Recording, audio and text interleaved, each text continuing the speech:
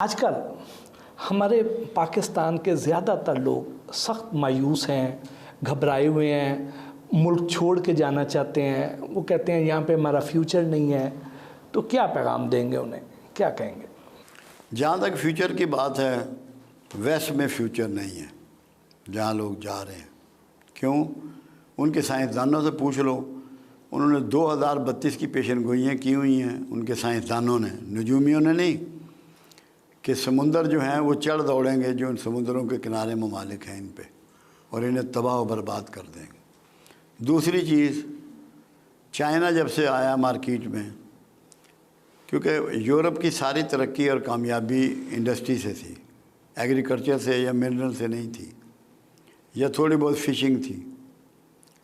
China نے ان کی تمام مارکیٹیں جو ہیں ان کو سلا دیا ہے، بہت زیادہ بے روزگاری ان کو فیس کرنی پڑ رہی۔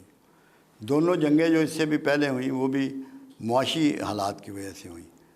اب معاشی طور پہ ویسٹ جو ہے وہ بہت ہی کمزور ہوتا جا رہا ہے، اس کے ہاں بے روزگاری بڑھ گئی ہے، غربت بڑھ گئی ہے، مہنگائی بڑھ گئی ہے، لوگ پریشان ہیں۔ ہمارے لوگ تو ان کی تو عقل نہیں کام کرتی ہے جو باہر جا رہے ہیں۔ میں ہر ایک کو منع کرتا ہوں کہ تمہارے پاس یہاں کھیت موجود ہے، جس کے پاس پروڈکشن یونٹ موجود ہے اسے کیوں بھاگنا ہے ملک سے؟ اپنے کھیتوں کو آباد کرو، اپنی دکانوں کو آباد کرو، اپنی گلیوں کو آباد کرو، تمہیں بہترین زندگی گزرے گی۔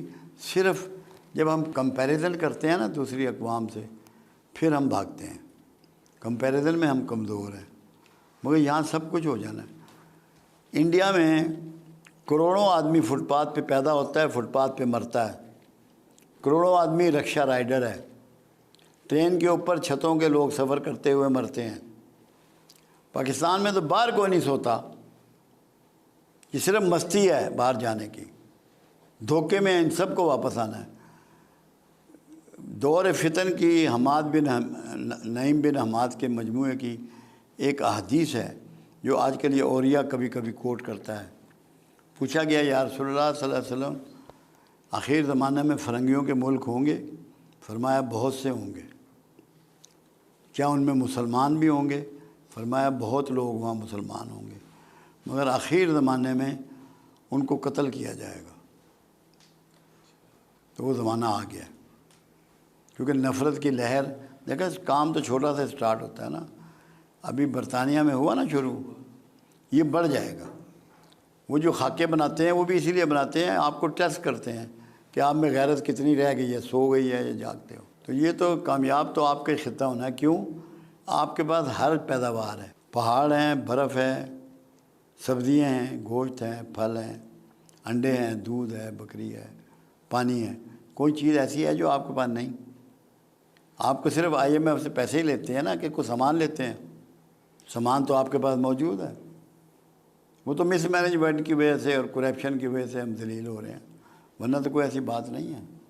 یہاں ہر چیز بازار آپ کے بھرے ہوئے ہیں یا نہیں؟ کوئی چیز آپ چاہیں کھانا پینا پہننا تو آپ کو دقت ہوتی ہے؟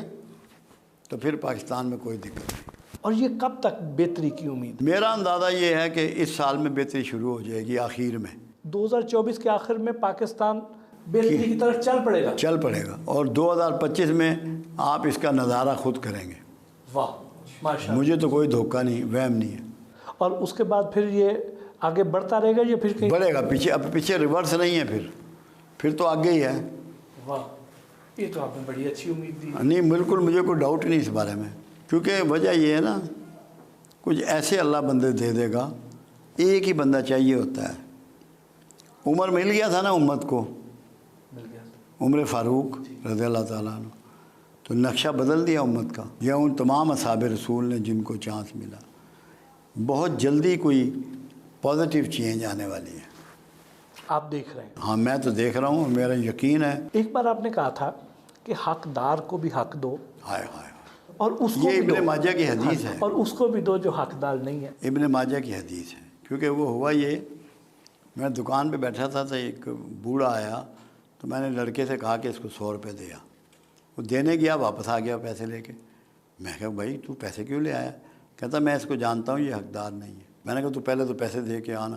پھر ابن ماجہ کی حدیث میں نے اسے بتائی کہ حقدار کو بھی دو، نا حقدار کو بھی دو۔ اصحاب رسول نے پوچھا حقدار کا دینا تو سمجھ میں آ گیا، نا حقدار کا۔ فرمایا جو تمہیں ناحق مل رہا ہے یہ بند نہ ہو جائے۔ ہم کون سا حق اللہ کا پورا کر رہے ہیں جس پہ ہمیں موجیں مل رہی ہیں، گاڑیاں، کھانے پینے، بنگلے، کوٹھیے۔ یہ جو ہمیں روڈ سائڈ پر اشارے پر ہمیں جو عام بھکاری نظر آتے ہیں، یہ بھی جواب دوں آپ کو، بھکاریوں کو ختم کرنا اسٹیٹ کی رسپانسبلٹی ہے، آپ کی نہیں۔ کیوں؟ قرآن یہ کہتا ہے مانگنے والے کو بھی دے، نہ مانگنے والے کو بھی دے، دکھا کر بھی دے، چھپا کر بھی دے۔ جو نہیں مانگ رہا اسے چھپا کے دینا ہے کہ اس کی عزت نفس مجروح نہ ہو، جو مانگنے کے لیے نکل گیا اس کو ظاہرہ دینا ہے۔ تو آپ کو تو مانگنا والے کو دینا ہے، بھرے وہ پیشہ ور بھکاری ہے جو مرضی ہو۔ قرآن کی واضح ہدایت موجود ہے، مانگنے والے کو بھی دو، نہ مانگنے والے کو بھی دو، ظاہرہ بھی دو، چھپا کر بھی دو۔ قرآن نے یہ سمجھایا کہ جو مانگ رہا ہے، جس کو اپنی عزت نفس کا خیال نہیں ہے، اسے ظاہرہ دو، اور جو نہیں مانگ رہا، عزت نفس چھپائے بیٹھا ہے، اسے پردے سے دو۔ آپ بھکاریوں کی بات کر رہے ہیں، آپ کے اوپر ڈیوٹی ہے قرآن کی روح سے کہ آپ مانگنے والے کو دیں گے، چاہے وہ پیشہ ور بھکاری ہے، چاہے سچا بھکاری ہے، چاہے جھوٹا بھکاری ہے۔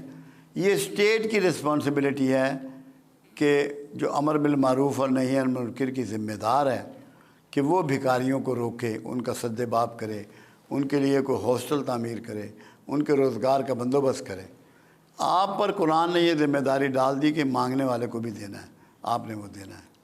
دینے پہ تو دیکھو نا، قرآن کمال کی بات کرتا ہے، نہ ہاتھ کو اتنا کھلا چھوڑ دے کہ کل کو درماندہ پھرتا رہے، اور نہ گردن سے باندھ لے کہ کسی کو کچھ دے ہی نہ۔ تو لوگوں نے تو ہاتھوں کو گردنوں سے باندھا ہوا ہے، اور کچھ لٹائے جاتے ہیں، احساس نہیں کرتے۔ اللہ کہتا ہے نارمل رہو، اعتدال میں رہو، اعتدال کی زندگی گزارو، سارے عبادات میں بھی، صدقہ خیرات میں بھی اعتدال کو رواج بناؤ۔ اللہ پاک انسان سے توبہ کی توفیق کب چھین لیتا ہے؟ بڑی آسان سی بات ہے، جب وہ اللہ سے معافی کی امید چھوڑ دیتا ہے۔ کیوں؟ شیطان نے غلطی کی، آدم نے غلطی کی، دونوں کا برابر ہو گیا۔ آدم نے معافی مانگ لی کہ میں نے اپنی جان پہ ظلم کیا، میں نے غلطی کر دی، ایڈمٹ کر لیا نا۔ تو جو ایڈمٹ نہ کرے اس کی توبہ چھین جاتی ہے، اور زیادہ یہ تب ہوتا ہے۔ میں آپ کو مزے کی بات بتاؤں، میں اس کے لیے بات کرتا ہوتا ہوں، جو شر ننگا ہے، جو شر ننگا ہے وہ قابل اصلاح ہے، اور جو شر خیر میں چھپا ہوا ہے ناقابل اصلاح ہے۔ جب آپ کو یہ پتہ ہو کہ میری نمازاں پوریاں، میرے درود شریف پورا، میرے روزے پورے، میرا تہجد بھی پورا، میں صدقہ خیرات بھی کرنا، آپ سے توبہ چھن جائے گی۔ جس سے توبہ چھن گئی اس سے اعزاز چھن گیا۔ جو نیکی کے کبر میں مبتلا ہوتا ہے تب توبہ چھن جاتی ہے۔ آپ کبر کے درجے بھی بتاتے ہیں۔ درجے تو بے شمار ہیں کبر کے، کہیں سے بھی شروع، پہلے تو نسب سے شروع ہوتا ہے کہ میں راجا تو کمی ہے، یہ آ گیا کبر، شیطان آ کے کھڑا ہو گیا۔ سب سے اوپر نیکی کا گمان، پھر نسب کا، پھر علم کا، پھر ہنر کا، پھر پیسے کا، پھر پوزیشن کا، یہ سارے کبر ہے۔ نیکی کا کبر سب سے خوفناک ہے، اور نسب کا۔